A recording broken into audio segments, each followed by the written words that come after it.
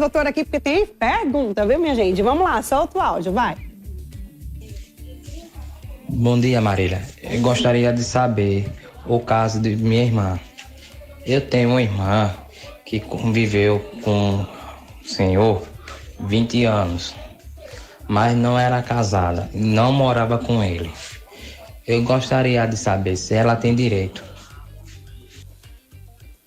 Então, é como eu falei há pouco. Se, porventura, essa pessoa com quem ela viveu não tem um casamento, não tem uma união estável, ela tem direito sim, porque ela viveu durante 20 anos. Se existiu uma publicidade, já existiu a continuidade, que é a questão dos 20 anos, e existiu a questão da intenção de formar a família. Aí, nesse caso, ela teria direito sim à partilha patrimonial em razão da dissolução dessa união ou direitos sucessórios caso seja a hipótese de ter terminado a relação em virtude do falecimento.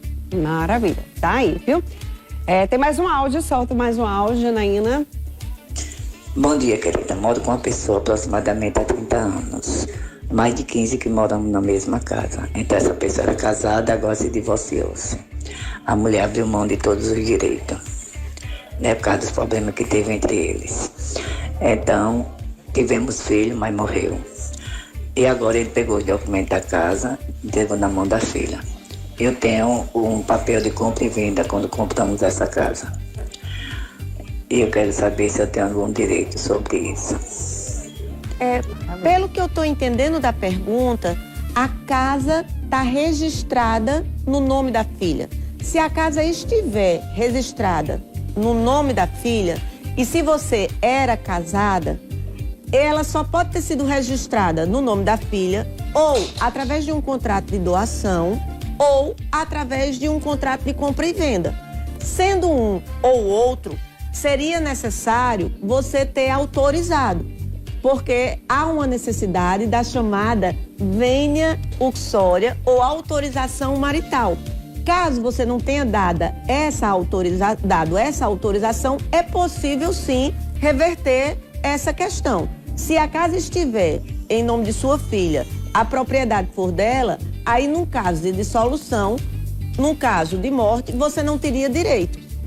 Muito bem, tá aí. Lembrando que se você mora com ele, ainda que a casa seja... Não, só se a casa fosse da filha e do seu cônjuge falecido. Aí você teria o chamado direito real de habitação.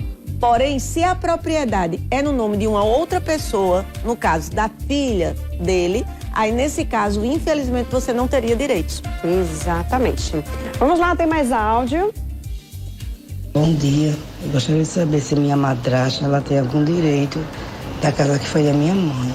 Meu pai é viúvo, meu pai arrumou essa pessoa, reformou a casa toda, né? E hoje ela vive lá com meu pai. Aí gostaria de saber se ela tem algum direito na casa. Então, pela pergunta, eu estou imaginando que ela vive em união estável com seu pai. E estou imaginando que não existe um contrato escrito, uma escritura pública para escolher um outro regime que seja diferente do da comunhão parcial de bens. Vamos supor que seja o regime da comunhão parcial de bens. Nesse caso, essa casa é bem particular do seu pai. Seu pai falecendo, essa casa vai para a sucessão hereditária e se não existir nenhum outro regime de bens que dê direitos sucessórios, seria o direito de vocês. Porém, nesse caso, como ela mora com teu pai, ela tem o chamado direito real de habitação. O que é isso? Embora ela não tenha a propriedade da casa, ela tem o direito de permanecer na casa até que efetivamente ela venha a falecer. Você tem o direito de propriedade, porém o direito de usufruto, o direito de usar e gozar da propriedade fica sendo dela. Maravilha. Vamos lá, tem mais um áudio. Bom dia. Eu tive uma união estável em cartório e tudo com um senhor. Na época ele tinha 66 anos, hoje está com quase 75. A gente se separou e ele não me deu nada. Eu vendi uma casa minha construímos outra e ele me expulsou de casa. Eu fui até a delegacia e a delegada me informou que por ele ser um senhor de idade, não podia resolver nada, quem tinha que resolver é a família. Eu gostaria de saber o que é que eu posso fazer. Nesse caso, ainda que ele seja um senhor de idade, você tem direitos sim. E existe aí duas situações de vulnerabilidade. Existe a situação de vulnerabilidade em razão da idade dele. E existe também uma situação de vulnerabilidade da sua própria questão, na medida que você foi expulsa de casa. É interessante você observar que quando a pessoa tem mais de 70 anos, se você fizer uma união estável ou se você casar, o regime que se aplica é o da separação obrigatória de bens. Significa, da idade, né? Significa que você somente tem direitos aquilo que efetivamente você já constituiu de forma particular.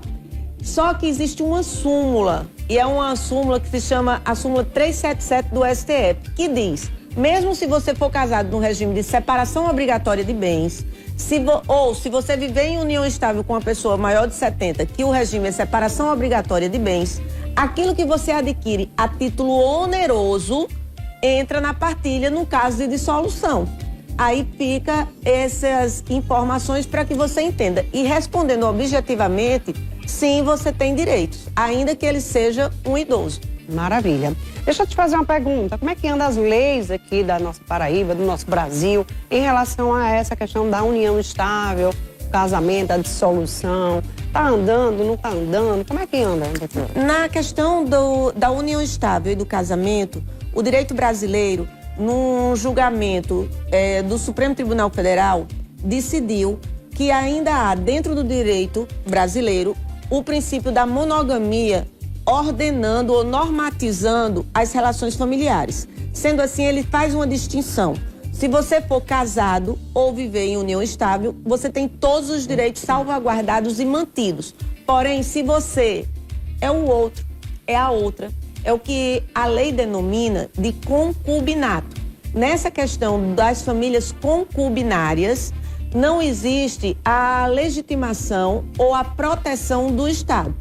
Porém, o Superior Tribunal de Justiça, ele tem decidido que quando a união é de longa duração, por exemplo, o caso paradigma foi de uma união em que existiu durante 40 anos e por ser família concubinária, à luz da decisão do Supremo Tribunal Federal, no tema de repercussão geral 526, aquela pessoa não teria nenhum direito em relação à sucessão hereditária.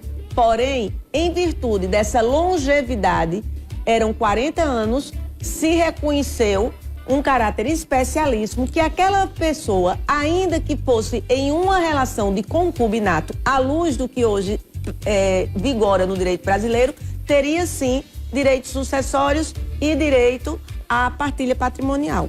Maravilha, viu, minha gente? E só pra gente encerrar aqui com ela, né? Eu vou te fazer mais uma pergunta, porque eu não tive nem tempo de fazer tanta pergunta, porque o pessoal tava fazendo. Mas aí, vamos lá. Namoro, a gente já sabe que tem lá, se quiserem, né, minha gente? Vocês estão namorando, quiser fazer algum documento, assinar alguma coisa, tá? Vai, assina, como é que faz esse negócio? Vai no cartório? Vai né? no tabelionato de notas e faz. Vai lá e deixa tudo contrato certinho. de namoro. Isso. Aí, eu quero agora união estável, quero morar junto. Vamos morar junto? Vamos.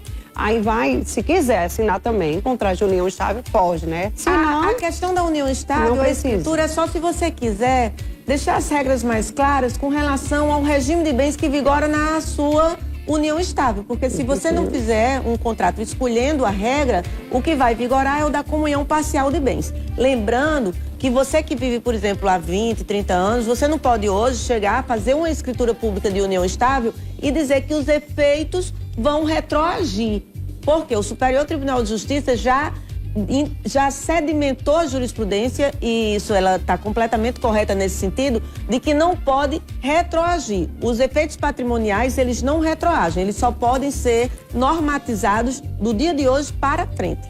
Quais são as provas, doutora, que a pessoa tem que ter para considerar uma união estável? É a questão morar junto, tá morando junto, eu tenho prova, tenho fotos, eu tenho documentos, eu tenho conta de alguma coisa, enfim. É a questão dos elementos que dá a repercussão social.